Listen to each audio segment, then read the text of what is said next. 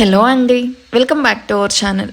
ఈరోజు స్టోరీ అందాల రాక్షసి సీజన్ 2 ఎపిసోడ్ 67. ఇక స్టోరీలోకి వెళ్తే, అభి కొంచెం కూడా నువ్వు జ్యూస్ తాగలేదు. ఇలా అయితే ఎలా త్వరగా పైకి లేవగలవు చెప్పు. కొద్దిగా తాగు నాన్న ప్లీజ్ అంటూ అభి కన్నీళ్లు తుడిచి లాలానగా చెప్తున్న నిషాన్ వైపు చూస్తూ, నాకొద్దు బావా, నా కళ్ళ ముందు ఇంకా ఆయుష్ బావ అక్క నవ్వుతూ పార్టీలో అందరినీ రిసీవ్ చేసుకోవడమే కనిపిస్తూ ఉంది. ఎంతో సంతోషంగా ఉన్న మన ఫ్యామిలీ ఇవాళ నేను చేసిన పని వల్ల ఇలా ఏడుస్తూ ఉంది. ఇదంతా నా వల్లే కదా బావ జరిగింది. అక్కడ నా ప్రాణం పోయి బావకి ఏమీ కాకుండా ఉండుంటే ఎంత బాగుండేది. స్టాప్ ఇట్ అభి, ఎన్నిసార్లు చెప్పాలి నీకు? అయినా జరిగిన దాంట్లో నీ తప్పేమీ లేదు అంటుంటే మళ్ళీ మళ్ళీ నా వల్లే జరిగింది అని పిచ్చిదానిలా మాట్లాడుతున్నావేంటి? ఇంకోసారి నీ వల్ల ఇలా జరిగింది అన్నావో 4 తగిలిస్తాను. ఫస్ట్ నువ్వు జ్యూస్ తాగు అని బుగ్గలు వత్తి పట్టుకొని అభికి బలవంతంగా జ్యూస్ తాగించి పెదాలు తుడుస్తాడు. అభి నిషాన్ వైపు కళ్ళ నిండా నీళ్లతో చూస్తూ ఉంటే చైర్ నుండి లేచి బెడ్ మీద కూర్చుంటూ తన భుజం చుట్టూ చేతులు వేసి తన వైపు చూస్తూ అభి చిన్ పట్టుకొని, నువ్వు ఇంకా చిన్నపిల్లవే అభి, నీలో ఇంకా చిన్నపిల్ల మనస్తత్వం అలాగే ఉంది.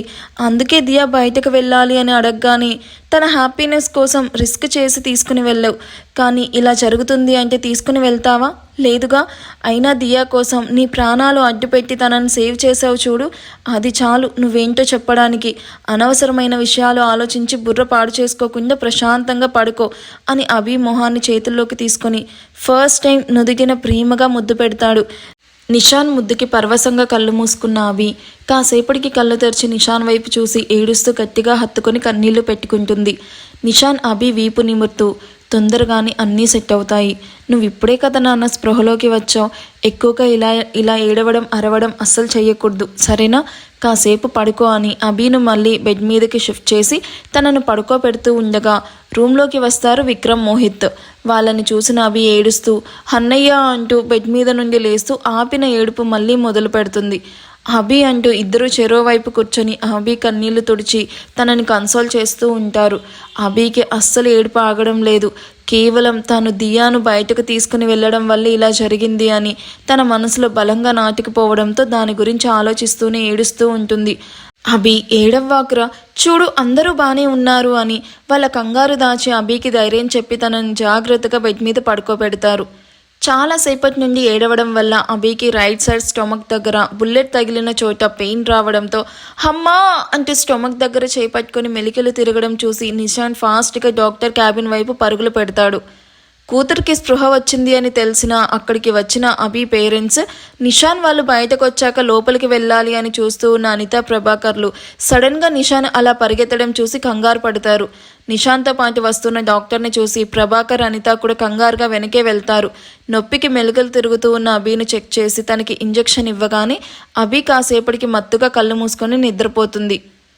డాక్టర్, అభి బాగానే ఉంది కదా, తనకి ఎలాంటి ప్రాబ్లం లేదు కదా అంటూ కంగారుగా అడుగుతాడు నిషాన్. నథింగ్ టు వరీ సార్, తను ఇప్పుడే కదా స్పృహలోకి వచ్చింది.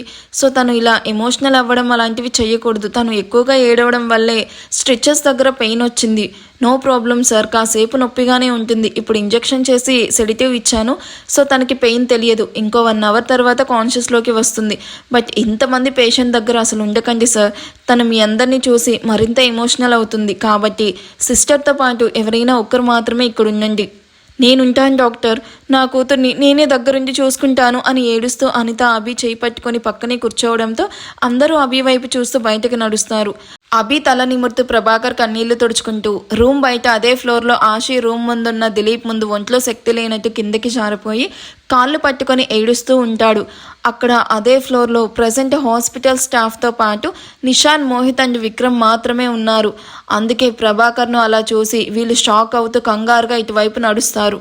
నువ్వు నాకేం చెప్పావు, ఇప్పుడేం చేస్తున్నావు అని రావడమే కోపంగా అక్కడికి వస్తూ అరుస్తూ ఉన్న ప్రణవి వైపు విసుగ్గా చూసి తల తిప్పుతాడు విప్లవ్. ఆ ఆశని ఇక్కడ నుండి అందరికీ దూరంగా తీసుకుని వెళ్తాను అని నాకు చెప్పావు. కాబట్టే నీకు నేను ఏం ఇన్ఫర్మేషన్ అడిగినా సరే కాదు అనుకుందే చెప్పాను. ఆయుష్ బావకి తెలిస్తే చంపేస్తాడని తెలిసినా కూడా రిస్క్ చేసి అన్నీ చెప్పాను. అలాంటిది నన్ను చీట్ చేసి ఇప్పుడు ఆయుష్ బావను కోమాలోకి వెళ్ళేలాగా చేస్తావా అంటూ కోపంగా పిచ్చి పట్టిన దానిలాగా అరుస్తూ ఉంటుంది ప్రణవి. ఏయ్, వచ్చే దారిలో పిచ్చుకొక్కేమైనా కరిచిందా ఏంటి? ఎందుకలా వాగుతున్నావు? నా మూడు అస్సలు బాలేదు, ముందు నువ్వు ఇక్కడ నుండి దొబ్బై అంటే చిరాగ్గా మొహాన్ని పెడతాడు విప్లవ్. స్టాప్ ఇట్ విప్లవ్, అసలు ఏమనుకుంటున్నావు నువ్వు? నువ్వేమంటున్నా పడుతున్నా అని నీ ఇష్టానికి మాట్లాడుకో. ఇప్పుడే నీ గురించి అందరికీ చెప్పి నిన్ను మా బావ పక్కనే ఉన్న మరో బెడ్ మీద పడుకోబెడతాను. ఆయుష్కి ఇలా అవ్వడానికి రీజన్ నేను కాదు. నాకు ఈ ఇన్సిడెంట్కి ఎలాంటి సంబంధం లేదు. వాట్ అంటూ డోర్ హ్యాండిల్ పట్టుకుని బయటకు వెళ్ళబోతూ షాక్తో వెనక్కి తిరుగుతుంది ప్రణవి. ఈ అటాక్ నేను చేయించలేదు. నేను ఆశీను వెతుక్కుంటూ వెళ్ళేసరికి అక్కడ మొత్తం అయిపోయింది. నో, నేను నమ్మను. నువ్వు తప్ప ఆయుష్ బావుని టార్గెట్ చేయాల్సిన అవసరం ఎవరికీ లేదు. తనకి బిజినెస్ డ్రైవర్స్తో ఇష్యూస్ ఉన్నా సరే ఎప్పుడు బావని టచ్ చేసే డేర్ కూడా ఎవరూ చెయ్యలేదు. కాబట్టి ఇది నువ్వే చేసావు. నీ మీద డౌట్ రాకుండా వేరే స్టేట్ నుండి రౌడీస్ని పిలిపించి ఇలా ప్లాన్ చేసావు. ఏ లూజ్, చెప్తున్నాను కదా నేను ఈ అటాక్ చేయించలేదు అని. అయినా అది నేనే చేయించుంటే ఆయుష్ను ఒక్కటే టార్గెట్ చేస్తాను, కానీ ఆశని ఎందుకు ఇలా చావు అంచుల్లో పడుకోబెడతాను? ఇప్పుడు ఆశ పరిస్థితి ఎలా ఉందో అని నేను ఇక్కడ టెన్షన్ పడుతూ ఉంటే మధ్యలో నీ గోల్ ఏంటి? ఒకసారి తనను దూరం చేసుకుని పిచ్చివాడిలాగా 6 years పాటు తన కోసమే వెతుకుతూ ఉన్నాను. ఆశి నాకు దొరికిన వరం తను. అలాంటి తనను ఇలా చూసి నాకు పిచ్చి పట్టినట్టుంది. దీనికి కారణమైన వాడు చచ్చాడు కాబట్టి బతికిపోయాడు. లేకపోతే వాడిని బతికుండగానే చంపి చావు ఎంత భయంకరంగా ఉంటుందో చూపించి మరీ చంపేవాణ్ణి అని కోపంగా చెప్తాడు. విప్లవ్ చెప్పింది నిజమే. తను అటాక్ చేస్తే ఆశను తీసుకుని వెళ్ళేవాడు, కానీ ఇలా చావు బతుకుల మధ్య పడుకోబెట్టేవాడు కాదు. పైగా విప్లవ్ను హాస్పిటల్ ఎవరిని చూడడానికి కూడా ఎలో చేయడం లేదు అని ఆలోచిస్తూ, మరి ఈ అటాక్ చేయించింది ఎవరు అని విప్లవ్ వైపు చూస్తుంది. నీ బావ రైవల్ కంపెనీ చైర్మన్ భువన్, తనే ఇదంతా చేశాడు. వాడిని నా చేతులతో చంపే అవకాశం కూడా లేకుండా మోహిత్ విక్రమ్ వాడిని అక్కడే చంపేశారు అని కోపంగా చెప్పి తన సీక్రెట్ డ్రాయర్లో దాచిన ఒక పాపులర్ డ్రగ్ను టేబుల్ మీద కొద్దిగా స్ప్రెడ్ చేసి దాన్ని ముక్కుతో కళ్ళు మూసుకొని గుండెల నిండా పీల్చి మత్తెక్కిన కళ్ళతో ప్రణవి వైపు చూస్తూ మరోసారి ఇన్హేల్ చేసి నాకు వర్క్ ఉంది మళ్ళీ కలుస్తాను అని అక్కడి నుండి వెళ్ళిపోతున్న విప్లవ్ వైపు చూస్తూ వీడు ఎక్కడికి వెళ్తున్నాడు, పైగా డ్రగ్ కూడా యూజ్ చేస్తున్నాడు అని ఆలోచనలో పడుతుంది. మమ్మ అంటూ ఒక్కసారిగా బెడ్ మీద నుండి లేచి కూర్చుంటూ భయంతో గొంతు తడాడిపోతూ ఉంటే, వద్దు మమ్మ, నేను చెయ్యొద్దు, డాడ్ సేవస్ అని తామింకా భువన్కి బందీగా ఉన్నాము అనుకుని భయంతో ఏడుస్తూ ఉంటుంది దియా. తనను అలా చూసిన వేద, జోషి కంగారుగా ఒకరినొకరు చూసుకుంటారు. దియా బంగారం అంటూ ఇద్దరూ దియాని హత్తుకొని చూడు నీకేం కాలేదు అని దియా వెన్ను నిమురుతూ తను హాస్పిటల్లో ఉన్నట్టు దియాకి తనున్న రూమ్ చూపించడంతో కాసేపటికి దియా తన ఏడు పాపేస్తుంది.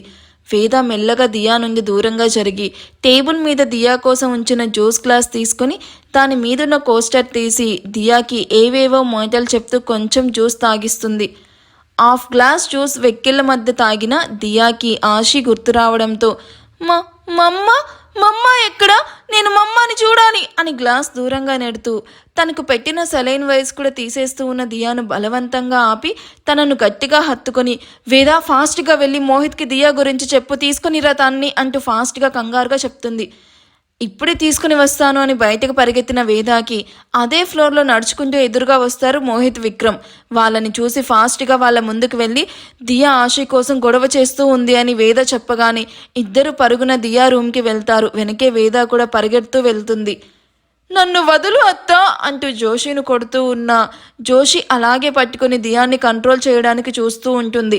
డోర్ ఓపెన్ చేసుకుని అక్కడికి వచ్చిన విక్రమ్ అది చూసి ఫాస్ట్గా జోషి చేతుల్లో నుండి దియాను ఎత్తుకుని దియా కామ్ డౌన్ నాన్న అంటూ తన వెన్ను నిమురుతూ చెప్తాడు. నాకు మా అమ్మ కావాలి, తీసుకుని వెళ్తావా లేదా అని ఏడుస్తూ కొడుతూ ఉన్న దియాను కంట్రోల్ చేయడం కష్టమే అవుతుంది. అలా అని తనకి ఎక్కువ సెడిటివ్ ఇవ్వడం కూడా తన హెల్త్కి మంచిది కాదని మోహిత్ డాక్టర్ పర్మిషన్తో దియాను ఎత్తుకుని విక్రమ్తో ఆశి ఉన్న రూమ్లో అడుగు పెడతాడు. ఆశిను అలా చూస్తూ ఉంటే డెలివరీ టైంలో ఆశికాను కూడా ఇలాంటి పరిస్థితుల్లోనే చూసింది గుర్తొచ్చి మోహిత్ కళ్ళు వర్షించే మేఘాల్లాగా మారుతాయి. విక్రమ్ కూడా ఆశిను అలా చూసి కన్నీళ్లు పెట్టుకోవడం తప్ప ఇంకేమీ చేయలేని స్థితిలో ఉన్నాడు. ఎప్పుడు అన్నయ్య అన్నయ్య అంటూ ఆప్యాయంగా పిలిచే ఆశి ఇప్పుడు చుట్టూ మిషన్స్ మధ్య ప్రాణం లేని బొమ్మలాగా పడుకొని కనిపించడం ఇద్దరూ తట్టుకోలేకపోతున్నారు. అప్పటి వరకు బెడ్ మీద ఉంది ఎవరో అనుకున్న దియాకి ఆశి మొహం కనిపించడంతో మమ్మా అంటూ మోహిత్ చేతుల్లో నుండి జారి మమ్మ లేగు, మమ్మ నన్ను చూడు అని ఏడుస్తూ పిలుస్తూ ఉంటుంది. దియా ఎంత పిలుస్తూ ఉన్న ఆశి నుండి ఎటువంటి సమాధానం ఉండదు. అది చూసిన దియా బెడ్ ఎక్కి కూర్చుంటూ ఆశి బుగ్గలు తడుతూ మమ్మ నా వైపు చూడు, నాకు ఏడుపు వస్తుంది, నాతో మాట్లాడు మమ్మ, నాకు ఫీడ్ చేయి, హ్యాండ్స్ బాగా నొప్పిగా ఉన్నాయి మమ్మ అని ఏడుస్తూ ఉంటే మోహిత్ విక్రమ్ కళ్ళల్లో నీళ్లు గిర్రున తిరుగుతూ ఉంటాయి. దియాకి ఆశకి మరింత దగ్గరగా జరిగి, మమ్మ నాకు ప్రామిస్ చేసావు కదా నన్ను వదిలి వెళ్ళను అని, మరి ఇప్పుడు నన్ను వదిలి వెళ్తున్నావా చెప్పు మమ్మ, నువ్వు లేకపోతే నాకు బాత్ ఎవరు చేయిస్తారు, నాకు నైట్ టైం స్టోరీస్ ఎవరు చెప్తారు అని ఏడుస్తూ ఆశి గుండెల మీద తల పెట్టుకుంటుంది. ఆఫ్టర్నూన్ తన ప్లే స్కూల్ నుండి మహల్కి వచ్చిన దియాకి ఆశి ఫీవర్ వల్ల పడుకుంది అని రాగిని చెప్పడంతో బెడ్ మీద కూర్చొని ఏడుస్తూ ఆశి వైపు చూస్తుంది. స్పృహలో లేనట్టు నిద్రపోతూ కనిపిస్తున్న ఆశీను చూసి దియా కళ్ళల్లో నీళ్లు తిరుగుతాయి. ఆశీ కోసం తినడానికి ఏమైనా తీసుకుని రావడానికి బెడ్ దిగి ఫాస్ట్గా వెళ్తూ ఫ్లోర్ మ్యాట్ తగిలి కింద పడి నొప్పికి అమ్మా అంటూ ఏడుస్తూ దియా ఏడుపు ఆశి చెవి దాకా తాకగానే దియా అంటూ అంత ఫీవర్లో కూడా మెల్లగా కళ్ళు తెరిచి దియా వైపు చూస్తుంది. దియాకి చిన్న దెబ్బ తగిలిన ఆశి తట్టుకోలేదు. అందుకే తను ఎలాంటి పరిస్థితుల్లో ఉన్నా దియా ఏడుపు వింటే తన స్పృహలో లేకపోయినా సరే దియా మీదున్న ప్రేమే తనను వాస్తవంలోకి తీసుకుని వస్తుంది. అప్పుడు జరిగింది గుర్తు చేసుకున్న దియా వెంటనే ఆశి మీద నుండి లేచి కూర్చుంటూ మమ్మ మమ్మ లే, వీళ్ళు నన్ను చంపేస్తున్నారు, వదలండి వదలండి మమ్మ, వీళ్ళు నన్ను చంపేస్తున్నారు, సేవ్ మీ అంటూ గట్టి గట్టిగా అరుస్తూ ఏడుస్తూ ఉంటుంది. రే ఏమైంది, ఎందుకలా ఏడుస్తున్నావు అంటూ విక్రమ్ ఆశీను అలా చూసి దియా ఏమైనా హాలోసినేషన్లోకి వెళ్ళిందా అని కంగారు పడతాడు. విక్కీ అటు చూడు అని మోహిత్ ఆశ్చర్యంగా చెప్పడంతో ఏమైంది అంటూ అటుగా చూసిన విక్రమ్కి ఆశి చేతి వేళ్లను కదిలించడం గమనించి ఆనందంగా మోహిత్ వైపు చూస్తూ ఆశి రియాక్ట్ అవుతుంది మోహిత్ అని హ్యాపీ టీయర్స్తో చెప్తాడు. డాక్టర్స్ కూడా ఏమీ చేయలేకపోయారు, పట్టి కన్న తల్లి ప్రేమ తనను కదిలించింది చూసావా విక్కీ అని కన్నీళ్లు తుడుచుకుంటూ దియా మొహం ముద్రతో ముంచెత్తి ఇంకా అలాగే ఏడు బంగారు, నువ్వు ఏడవడం మాకు కష్టంగా ఉన్నా మీ మామ్ పైకి లేవాలి అంటే నువ్వు ఏడవాలి దియా, నీ కన్నీళ్లు తనను కదిలించాయి, నీ కన్నీళ్ళకి తను రియాక్ట్ అవుతుంది, అయినా మాకు రాని ఆలోచన ఇంత చిన్న వయసులో నీకు వచ్చింది బంగారం అని దియాను భారమైన హృదయంతో గుండెలకి హత్తుకుంటాడు.